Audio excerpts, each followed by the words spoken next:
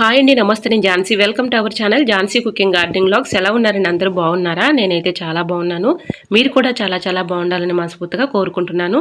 అందరికీ ఉపయోగపడే అద్భుతమైన యూస్ఫుల్ టిప్స్ అయితే షేర్ చేస్తున్నానండి. వీడియోని ఎక్కడ కూడా స్కిప్ చేయకుండా చివరి వరకు చూసి వీడియో నచ్చితే చిన్న లైక్ చేయండి ఫ్రెండ్స్. మీరు ఇచ్చే చిన్న లైక్ నాకు సపోర్టింగ్గా ఉంటుంది.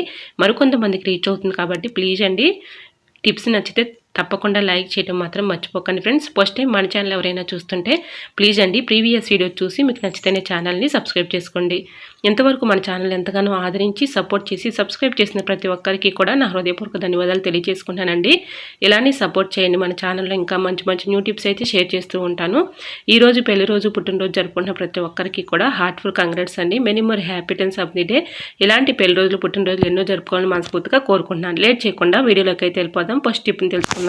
సెల్ఫ్ల్లో కబోర్డ్స్లో మనం బట్టలు పెడుతూ ఉంటాం కదండి. బట్టల కిందకి ఒక్కొక్కసారి చిన్న చిన్న పురుగులు, చీమలు, బల్లులు, బొద్దింకులు ఇలాంటివి వస్తూ ఉంటాయి కదండి. అలాంటివి రాకుండా ఉండాలి అంటే ఇలా ట్రై చేయండి, చాలా బాగా వర్క్ అవుతుంది. ఇలా చాక్ పీసులను తీసుకొని దీనిపైన కొంచెం కంఫర్ట్ అయితే వేసేసి ఈ విధంగా బట్టల కింద పెట్టామనుకోండి, కబోర్డ్స్లో చక్కగా మనకి చాక్ పీసులు ఉంటాయి కాబట్టి వీటి ఘాటుకి స్మెల్కి బల్లులు కానీ, బొద్దింకులు కానీ, పురుగులు కానీ, చీమలు కానీ రాకుండా ఉంటాయండి. ట్రై చేయండి. సెకండ్ టిప్ని తెలుసుకుందాం. పిల్లలవి ఇలా యూనిఫామ్ ప్యాంట్స్ కానీ, డ్రెస్ ప్యాంట్స్ కానీ ఉంటూ ఉంటాయి కదండి. మనం వేసే శారీ పెట్టికోట్స్ కూడా ఒక్కోసారి నాడాలు లోపలికి వెళ్ళిపోతూ ఉంటాయి కదండి. మళ్ళీ ఆ నాడాలంతా ఎక్కించుకుంటూ రావాలి. అలాంటి ఇబ్బంది లేకుండా ఉండాలి అంటే ఇలా ట్రై చేయండి. ఇలా సెదర్ని తీసుకొని ఈ విధంగా నాడా సగానికి వెళ్ళిపోతూ ఉంటుంది కదండి. ఇలా లోపలికి పెట్టేసుకొని ఈ విధంగా నాడాని అయితే తీసుకోవచ్చండి. సో యూజ్ అవుతుంది అనుకుంటే ట్రై చేయండి. టిప్ నెంబర్ 3, ఎగ్స్ మనం బాయిల్ చేసుకున్న తర్వాత ఇలాగా దానిపై ఉన్నటువంటి పెంకును ఒలుస్తూ ఉంటాం కదండి. మనం ఎంత ఒలిచినా కూడా ఎక్కడొకక్కడ కొంచెం పెంకులు అయితే ఉంటూ ఉంటాయి కదండి. అటువంటి ఇబ్బంది లేకుండా ఈజీగా ఒలుచుకునే అద్భుతమైన టిప్ అయితే షేర్ చేస్తున్నానండి. ఇలాగా ఎగ్స్ని బాయిల్ చేసుకున్న తర్వాత స్టీల్ బాక్స్లో వేసేసుకొని ఇలా రఫ్ చేసి ఊపిన బాక్స్లో వేసేసి ఇలా గట్టిగా ఊపినట్లయితే చక్కగా దీనిపై ఉన్నటువంటి పెంకు ఈజీగా వచ్చేస్తుందండి. మనం చాలా ఈజీగా సింపుల్గా ఎలా అనుకోను కానీ చక్కగా వచ్చేస్తుందండి. ఈ విధంగా ట్రై మరొక యూస్ఫుల్ టిప్ తెలుసుకునే ముందు చిన్న రిక్వెస్ట్ అండి. ఫస్ట్ టైం మన ఛానల్ ఎవరైనా చూస్తుంటే ప్లీజ్ అండి ప్రీవియస్ వీడియో చూసి మీకు నచ్చితే ఛానల్ని సబ్స్క్రైబ్ చేసుకోండి. వీడియో నచ్చితే ప్లీజ్ అండి వీడియో లైక్ చేసి మీ ఫ్రెండ్స్ అండ్ రిలేటివ్స్ షేర్ చేయండి. మీరు ఇచ్చే చిన్న లైక్నెస్ సపోర్టింగ్గా ఉంటుంది. మరికొంతమందికి రీచ్ అవుతుంది కాబట్టి ప్లీజ్ అండి లైక్ చేయడం మాత్రం మర్చిపోకండి ఫ్రెండ్స్.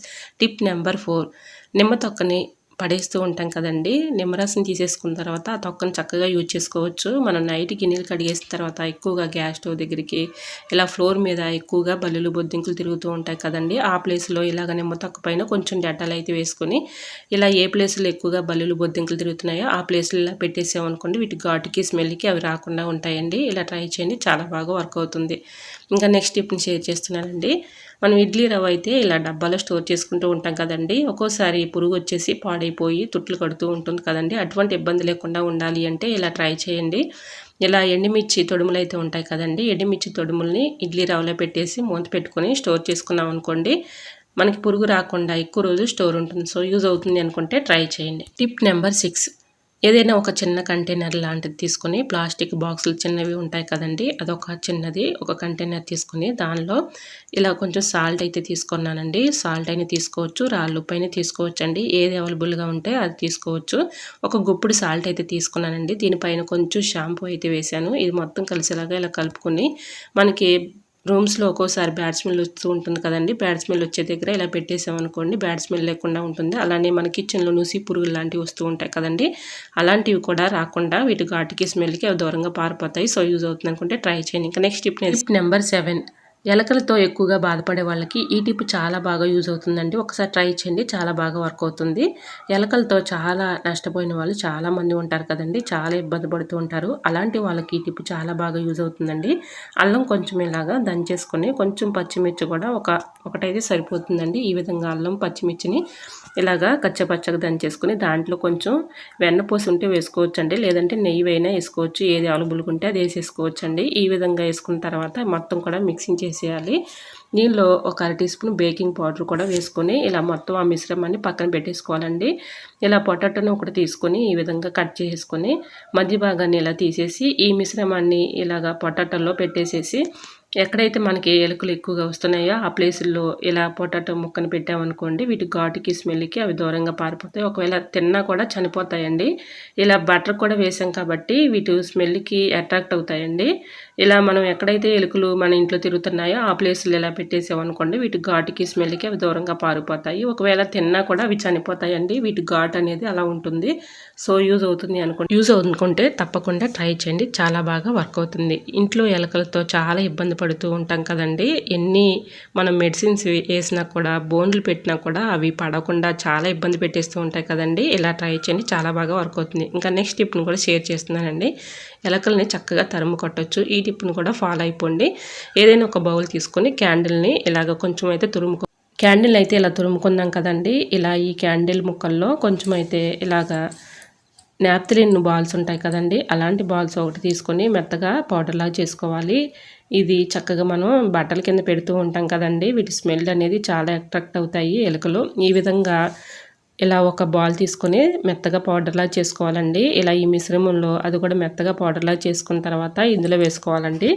ఇలా ఏదైనా ఒక పేపర్ తీసుకొని పేపర్‌లో పెట్టేసుకొని మెత్తగా ఏదైనా ఒక బరువు లాంటిది, ఒక రాడ్ లాంటిది దాన్ని పెట్టి కొట్టామనుకోండి చక్కగా మెత్తగా అయిపోతుంది.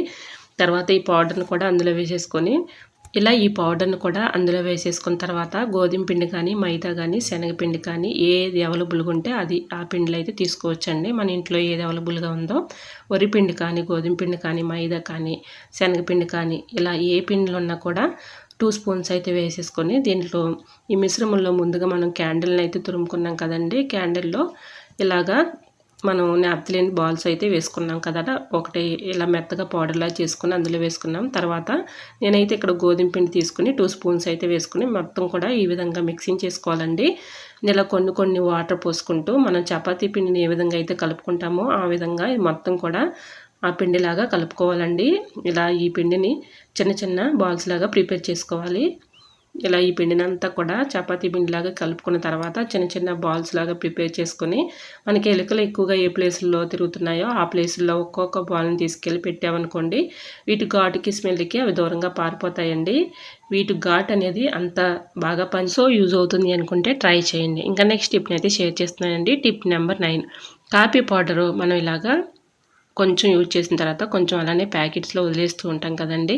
అలా వదిలినప్పుడు ఏమవుతుందంటే కాఫీ పౌడర్ గడ్డ కట్టిపోతూ ఉంటుంది కదండి. అది తీయాలంటే చాలా ఇబ్బంది పడుతూ ఉంటాం. అటువంటి ఇబ్బంది లేకుండా ఉండాలి అంటే ఇలా కొంచెం పంచదారని కాఫీ పౌడర్లో కలిపేసి ఇలా ఫోల్డింగ్ చేసేసి ఏదైనా ఒక రబ్బర్ బ్యాండ్ చుట్టేసామనుకోండి గాలాడకుండా ఉంటుంది. కాఫీ పౌడర్ కూడా వేస్ట్ అవ్వకుండా ఉంటుంది. సో యూజ్ అవుతుంది అనుకుంటే ట్రై చేయండి.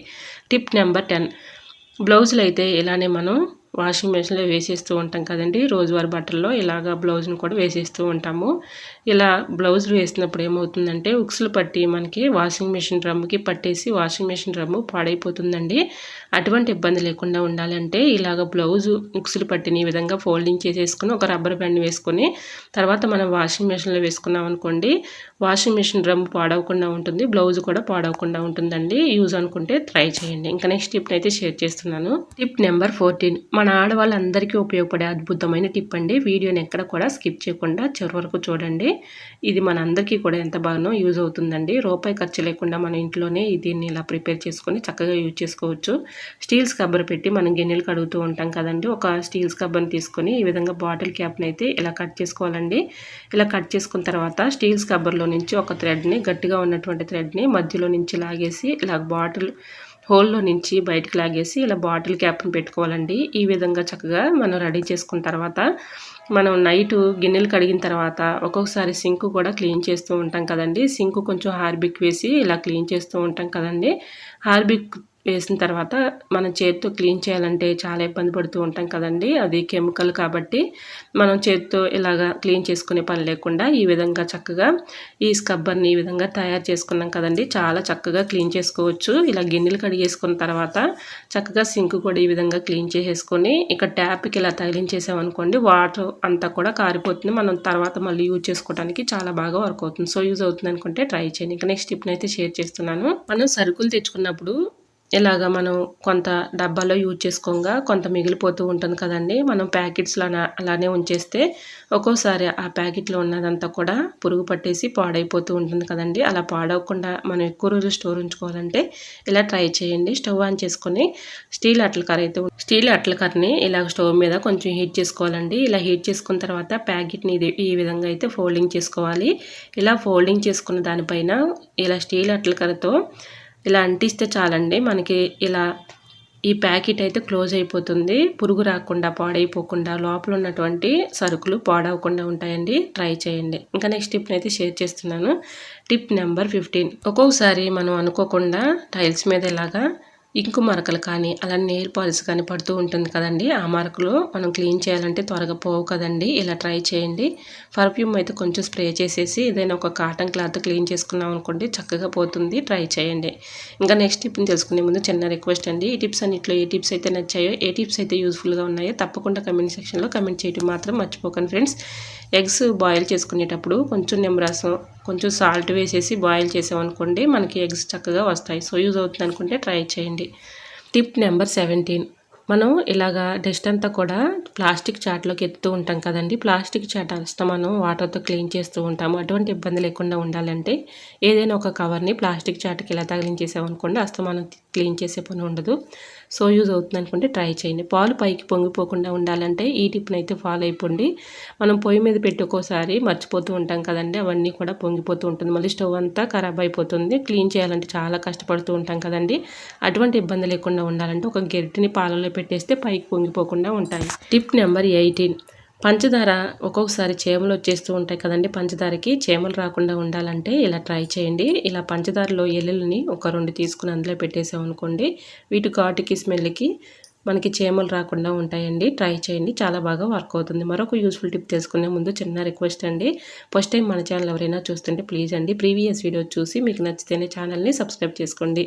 నిమ్మకాయలు పాడవకుండా ఎక్కువ రోజులు స్టోర్ ఉండాలంటే ఇలా ట్రై చేయండి. నిమ్మకాయలు వాటర్లో శుభ్రంగా క్లీన్ చేసుకున్న తర్వాత ఏదైనా ఒక గాజు చేసా కానీ ప్లాస్టిక్ కంటైనర్ కానీ తీసుకుని ఈ విధంగా నిండుగా వాటర్ అయితే పోసుకొని ఇలా నిమ్మకాయలు పెట్టేసి ఫ్రిడ్జ్లో స్టోర్ చేసుకుంటే నిమ్మకాయలు పాడవకుండా ఎక్కువ రోజులు స్టోర్ ఉంటాయండి. వాటర్ మనం 2 డేస్కి 3 డేస్కి మార్చుకుంటూ ఉంటే సరిపోతుంది.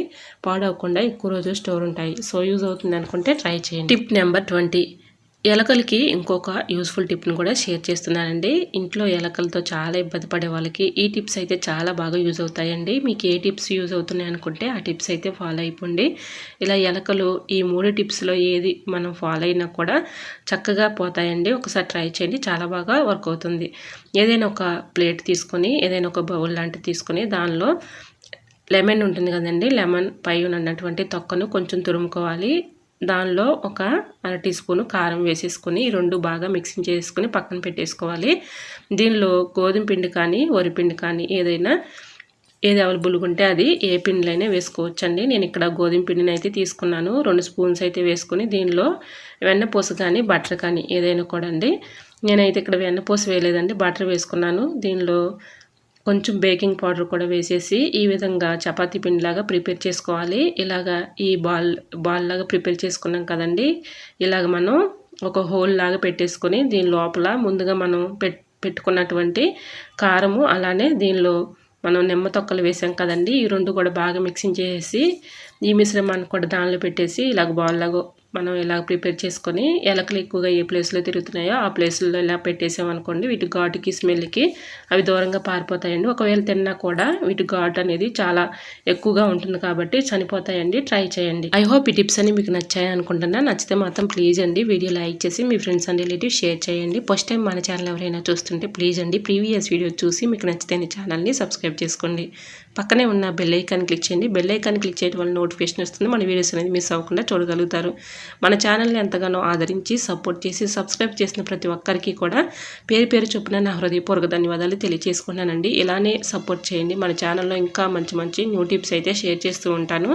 ఈ టిప్స్ మీకు ఎలా అనిపించాయో తప్పకుండా కమెంట్ సెక్షన్లో కమెంట్ చేయడం మాత్రం మర్చిపోకండి ఫ్రెండ్స్. మీకు ఏ టిప్స్ అయితే యూస్ఫుల్గా ఉన్నాయో, ఏ టిప్స్ అయితే నచ్చాయో తప్పకుండా కమెంట్ సెక్షన్లో కమెంట్ చేయడం మాత్రం మర్చిపోకండి ఫ్రెండ్స్. మీకు ఏ టిప్స్ కావాలనేది కూడా కమెంట్ చేయండి. ఓకేనండి, మరికొన్ని టిప్స్తో మళ్ళీ మీ ముందుకు వచ్చేస్తానండి. అంతవరకు బాయ్. అందరూ బాగుండాలి, అందులో నేను ఉండాలని ఆశిస్తూ నేను మీ Jhansi. Thanks for watching. Bye bye.